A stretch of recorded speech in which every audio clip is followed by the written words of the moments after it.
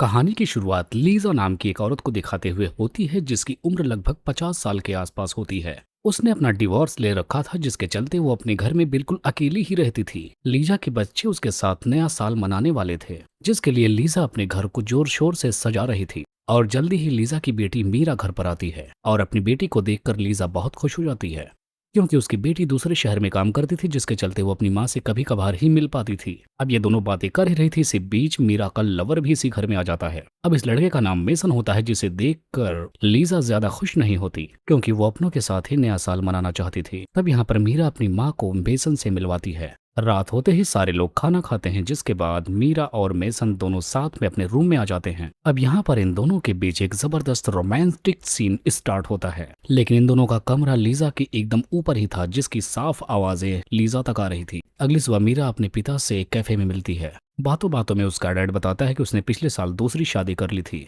और मेरी नई वाली वाइफ भी अब माँ बनने वाली है। नॉर्मन की बातें सुनकर मीरा को कोई खास फर्क नहीं पड़ता। इधर हम देखते हैं लीजा जो अपने घर में अकेली योगा कर रही थी। इसी बीच जब वो अपना फोन यूज कर रही थी तभी उसे पता चल जाता है कि उसके एक्स हस्बैंड की वाइफ जो नई नई बनी है वो भी माँ बनने वाली है। लीजा को ये खबर मीरा ने दी थी। अब इस बात को सुनने के बाद लीजा इतने गुस्से में आती है कि वो गुस्से में आकर अपना फोन पूल के अंदर फेंक देती है। मेसन भी ये सब कुछ देख रहा था और वो जल्दी से छलांग लगाकर पूल के अंदर से लीजा का फोन बाहर ले आता है। अगले दिन लीजा का बेटा जॉन भी घर पर आ जाता है और जॉन भी दूसरे शहर में काम करता था, इसलिए वो भी कभी कभी ही अपनी माँ के पास मिलने के लिए आता था। अब मेसन भी जॉन से मिलता है, लेकिन मेसन से मिलकर जॉन भी खुश नहीं होता क्योंकि जॉन भी नया साल सिर्फ अपने परिवार के साथ ही मिलकर बिताना चाहता था, लेकिन मेसन के चलते उसकी इच्छा पूरी नहीं हो पाई। अब थोड़ी देर बाद हम देखते हैं लीसा के दोनों बच्चे बाहर घूमने के लिए चले जाते हैं। तभी मेसन मौका देखकर लीसा को दबोच लेता है, जिसके बाद मेसन लीसा की जबरदस्त सवारी करता है और यहीं से दोनों के बीच अब एक नया रिश्ता शुरू हो जाता है जिसे लोग कभी सही नहीं मान पाएंगे।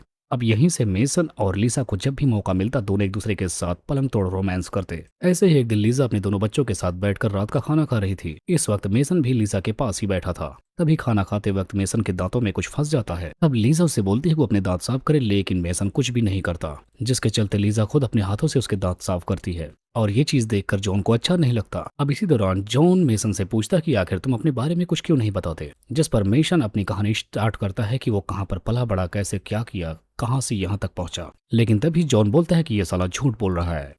मैं किसी का भी चेहरा देखकर बता सकता हूँ कि वो सच बोल रहा है या फिर झूठ बोल रहा है, जिसके चलते इन दोनों में काफी ज्यादा झड़प हो जाती है। अगली सुबह लीजा अपने घर में काम कर रही थी, जिसके बाद वो अपनी डायरी देखती है। डायरी देखने के बाद उसे पता चलता है कि उसके पीरियड्स इस महीने मिस हो गए हैं। थोड़ी ही देर बाद लीजा अपना टेस्ट भी करती है, लेकिन यहाँ भी उसे अपने टेस्ट में कुछ समझ नहीं आता, जिसके बाद लीजा सीधा डॉक्टर के पास पहुंचती है, जहाँ पर वो अपना टेस्ट करवाती है। तब उसे डॉक्टर बताते हैं कि असल में तुम माँ नहीं बनी हो। तब लीजा पूछती है कि आखिर तब मेरे पीरियड्स कैसे मिस हो गए। तब डॉक्टर जवाब में उसे बताती है कि यह सब कुछ तुम्हारी बढ़ती उम्र का नतीजा है। बढ़ती उम्र के साथ साथ पीरियड्स कभी कभी मिस हो जाया करते हैं। इसके बाद लीजा जब घर आती है तो उसका सामना मेसन से होता है। तब लीजा उससे मीरा के बारे में पूछती है, जिसके जवाब में मेसन बोलता है कि वो बाजार गई हुई है। लीजा उसके पास आराम से बैठकर सब कुछ बताती है। वो बताती है कि मुझे लगा मैं पेट से हूँ, लेकिन डॉक्टर के पास जाने के बाद मुझे पता चला कि ऐसा कुछ भी नहीं है। मेसन चुपचाप रहता है और फिर तभी लीजा आगे बोलती है कि अब हमें आगे अपने रिश्ते को और नहीं ले जाना चाहिए, क्योंकि अगर गलती से मैं प्रेग्नेंट हो जाती तो सब कुछ खत्म हो जाता। मेसन उसे समझाता है कि हम दोनों को कोई भी दूर नहीं कर सकता।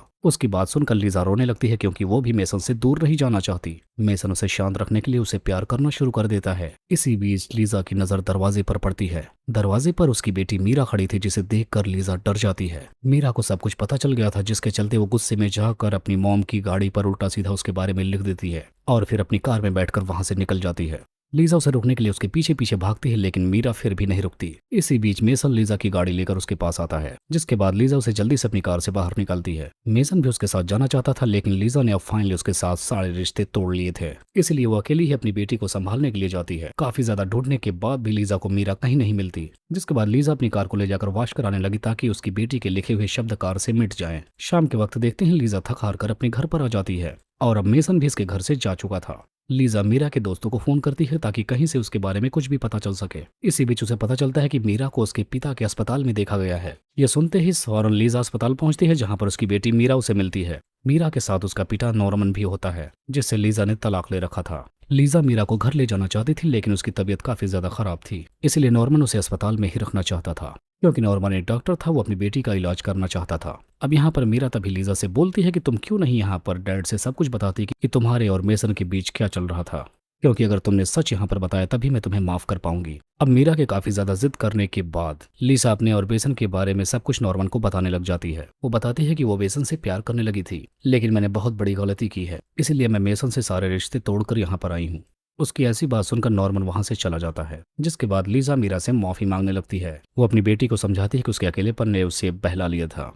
वो बोलती है कि मैं तुमसे वादा करती हूँ कि अब से हमसे दोबारा ऐसी गलती कभी नहीं होगी। लेकिन मीरा अभी भी अपनी माँ से काफी ज्यादा गुस्सा थी, इसीलिए वो अभी भी लीजा को माफ नहीं कर सकती थी। मीरा से माफी मांगने के बाद लीजा वहां से चली जाती है और अब लीजा ने सब कुछ किस्मत पर छोड़ दिया था। वो बिल्कुल अकेली रहने लगी थी और पहले की तरह अपनी जिंदगी जीने लगी थी, क्योंकि उसे उम्मीद थी कि आज नहीं तो कल सब कुछ ठीक हो ही जाएगा। कुछ टाइम बाद लीजा एक पार्टी में आती है, जो पार्टी उसके पति नॉर्मन ने रखी थी, और उसी ने ही लीजा को पार्टी में बुलाया था। पार्टी में लीजा के दोनों बच्चे भी थे, जिन्हें देखकर वो काफी ज्यादा खुश होती है। यहाँ हम देखते हैं मीरा ने भी अब लीजा को माफ कर दिया था। वो अपनी माँ को बताती है कि उसकी जिंदगी में भी एक बहुत अच्छा और नया लड़का आ गया है और मैं बहुत जल्दी उससे शादी करने वाली हूँ। लीजा भी चाहती थी कि उसकी बेटी जल्द ही किसी से शादी कर ले, लेकिन लीजा ने अकेले ही जिंदगी जीने का मन बना लिया था। पार्टी के बाद जब मीरा जाने लगती है तभी उसे रास्ते में मेसन नजर आता है, और इस वक्त मेसन के साथ एक नई लड़की थी। मेसन भी उस लड़की को प्यार करता था, और बस इसी को दिखाते हुए इस कहानी का यहीं पर एंड हो जाता है।